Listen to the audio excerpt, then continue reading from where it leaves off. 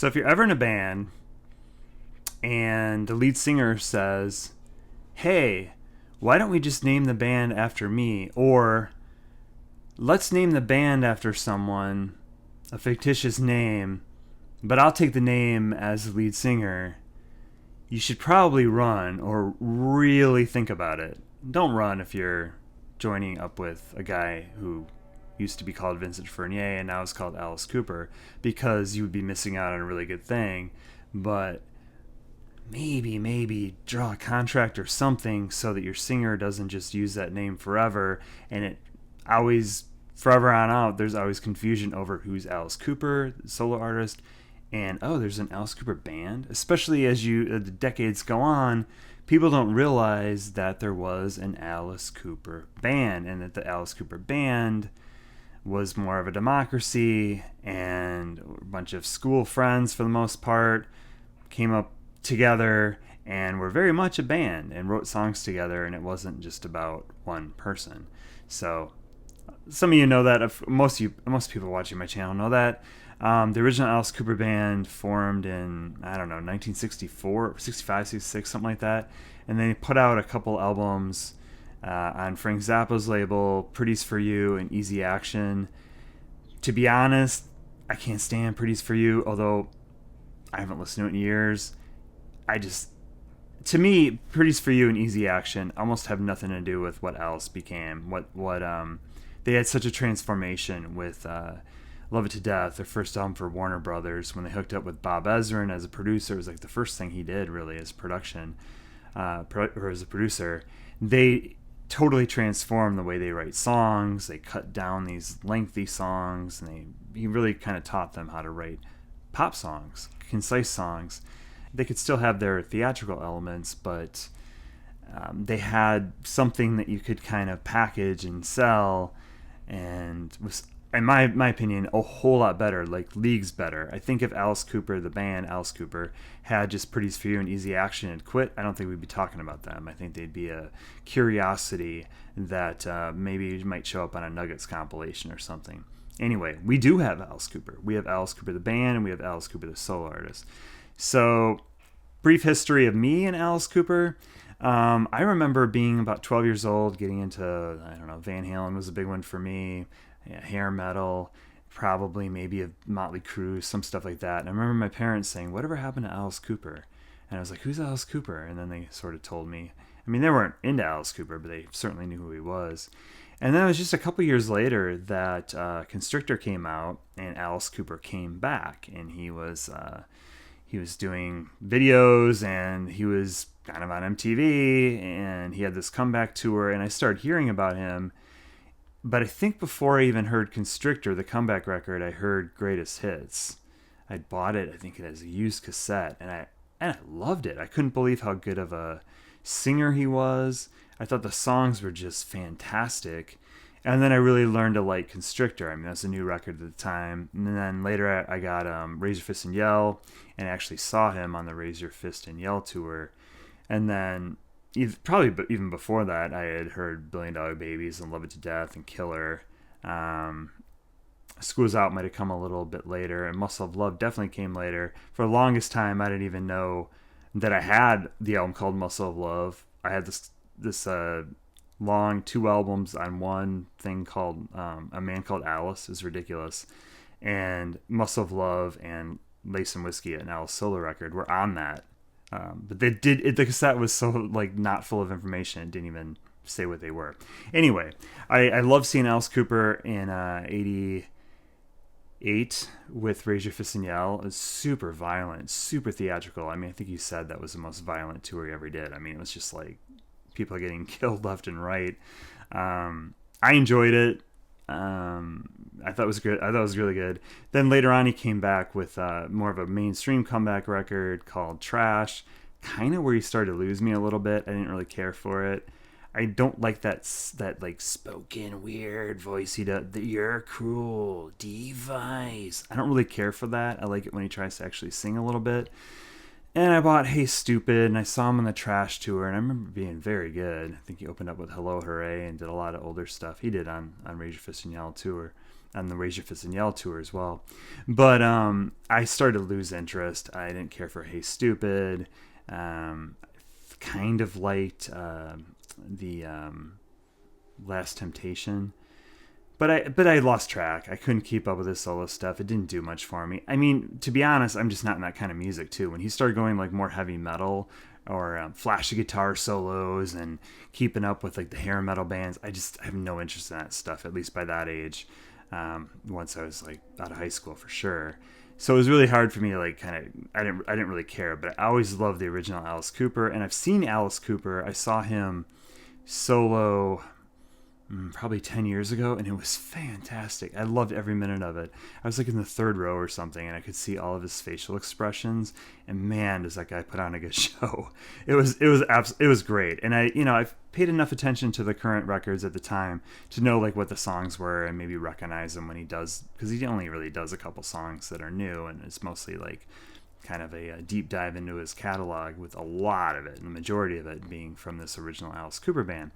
So anyway, Alice Cooper, the original band, has played on, they've guested on a couple of his albums going back, I think, to 2011, here and there, a couple songs here, a couple songs there.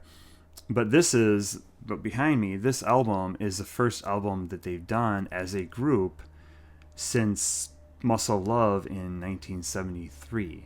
And this is the type of thing that was anticipated for a long time because they had been working together. But is it too late? Is it too late that 52 years after their last record, they come back with another one? I mean, I don't know, I bought it, I ordered it right away. I found a really good deal on Amazon. It was crazy, like $12.99 or something. It's 2 records, but they're played at 45 RPM. Anyway, I started streaming this when it first came out. Vinyl didn't come till a week or two later. Kind of got lost in the mail and I had to reorder it. But I love this. I like the single quite a bit. I thought Black Mamba was a pretty good song, and it was interesting just to hear the dynamics that are back with a band that weren't really there with the solo stuff. I mean, you could just kind of tell, like, it just had a different feel. It wasn't like flashy heavy metal or, any of that stuff. And it's hard to put my finger on it, but there's just a different vibe. Alice Cooper's voice is a lot better. And that's the case through this whole record. I mean, there's a few songs where he does that spoken kind of thing. But for the most part, he's singing. And he's got a remarkably good voice for somebody his age who's been performing live for all these years. It's pretty impressive what he does on this record. But initially, I was not impressed with this record. First complaint, it's just way too long. Second complaint, the songs sometimes are way too long. They kind of wear out their welcome a little bit. It's like, okay, where the original Alice Cooper band might have had these pop songs like Be My Lover, Under My Wheels, Is It My Body, 18, they might have been like 3 minutes. It seems like most songs on here are approaching 5 minutes, and sometimes it's like the idea just kind of starts to wear out. There's not a whole lot that keeps you wanting to engage in it. I find myself, at least when I'm streaming it, to want to advance to the next track. But Black Mamba kicks the thing off. I think it's a great song. Clever, kind of. That's the thing that I loved about the original Alice Cooper band. They were very clever, But I don't think people realize that. Like, you listen to School's Out, it's a clever concept record about school. $1 Billion Babies. I mean, just the lyrics on it, the insights, the songs about going to the dentist. But written in a really unfinished suite, written in a really smart way, kind of poking fun a little bit at his image with something like No More Mr. Nice Guy, or I think kind of an autobiographical song like Be My Lover. It's just really infectious, cool stuff, and I always felt like they should be a lot more recognized than they were, and that they should be kind of in with like David Bowie rather than like lumped in with like Dee Snider or whatever, hair metal or I never felt like that really fit. But unfortunately, that was kind of the path Alice Cooper, the solo artist, took, and it's kind of colored everything since. But okay, so second song in here, Wild Ones. I must say, like, it feels like this whole album, like they're giving other members of this band, Alice Cooper, a chance to showcase their songs, and that's probably why it's very long. That's probably why there's some duds on here that just don't really go anywhere. I think the more I listen to it, the more I start to like it. I was ready to kind of trash this record, honestly, and then I listened to it again today in the car, and it started to make sense. Now, this is probably the fourth or fifth listen for me. But Wild Ones, I think it's okay. The song I have a problem with is Up All Night, the next song. I mean, who wants to listen to a bunch of geriatric guys singing about how they can keep it up all night? And the most generic kind of Kiss B-side kind of way. It's like a nothing song. And sometimes I'm surprised that these songs made the record, or that Bob Ezrin, if he's truly being a producer, wasn't like, guys, come on. Like, do we really need this song? But then you get something like Kill the Flies, which is sort of like that creepy Alice, kind of playing up more of the cartoon elements. I mean, the album cover is kind of ridiculous, right? The Revenge of Alice Cooper, like, the album the world is afraid of. Like he's really scary, I've always felt like he kind of wore that out quite a bit. Maybe he was shock rock at the beginning of his career. I mean, when I saw him, it was kind of crazy just how many people he was killing on stage. But I feel like that, I don't know. I feel like that doesn't really work so much anymore. A song like One Night Stand is kind of weird. It's like one night stand, but then the guy ends up killing her. And there's some line about how now she gets what she deserves. I'm like, that's kind of a strange. She gets what she deserves for wanting sex, a one night stand, so she dies. We don't want people to make a big deal out of that and get Alice into trouble. Although, actually, it'd probably be great. I'd probably love the promotion for this record. Blood on the Sun, I think, is probably the highlight of the record. Dennis Dunaway song. Okay chorus. I don't think that's really impressive, but I love the way Alice sings on this record. It's got a lot of dynamics. It's a long one. It's over 6 minutes long. And it just has that kind of old Alice kind of sound to it. A lot of these songs do. Something like Crap That Gets in the Way of Your Dreams is interesting. Like 65-year-olds, like, whatever, still like playing guitar and wanting to be a rock star. And it's like all this crap that gets away in your dreams. I think he thinks about killing his wife so he can, I don't know, pursue his dreams or whatever. It's kind of fun, but it also, some of these songs just feel so light. It's like if you put a 10-song record out of these and made it much like the original Alice Cooper band records were, they were I don't know, 40 minutes. I think this record would be so much stronger. But I think some people would disagree what to cut, Famous Face by Michael Bruce. A lot of these songs are written as a group, but Famous Face I don't think is a highlight of this record at all. But it's really interesting to listen to lyrics because it almost feels like he's talking about Alice, like when he left the band or whatever, being you're just a famous face. I don't know if that's true, but you have to think that there was some bad blood there when their singer runs off with the name. And, Alice likes to say, oh, we remained friends and all that. But really? I mean, maybe, but these guys had to be hurt. You take their name and you run off with it, and you have 3 decades of 4 decades, 5 decades of solo releases, and then you finally get back together with them when they're like 75 or something. But hey, better late than never. Money Screams is kind of infectious. Money doesn't talk, it screams. I mean, it's obviously pretty cliche, but kind of works. What a Sid I like quite a bit on here. Apparently it's not about Sid Barrett. It's like something they used to say, what a Sid. Intergalactic Vagabond Blues I think is okay. What Happened to You I think is only on here because their guitarist, who's not on the record otherwise, Glen Buxton, he died in like 97, is not on here except for this record. This is an older song I guess they did with him, recorded with him at some point. But yeah, if I didn't say already, it's the entire original lineup minus Glenn because he passed away. And then they brought in another guitar player to kind of sort of try to play like Glenn, I guess. Ain't Done Wrong, cover song. I don't think it really serves the record that well. See You on the Other Side I think is good. It's a tribute to Glenn. It closes the record. And yeah, I don't know. The lyrics are super juvenile for the most part, but it grows on you. And I do think there's enough songs on here. There's 14 that if he whittled it down to 10, they whittled it down to 10 songs, they could have a really strong record. I also think that they should have workshopped these songs just a little bit more. It has a feeling of being something that's just another product.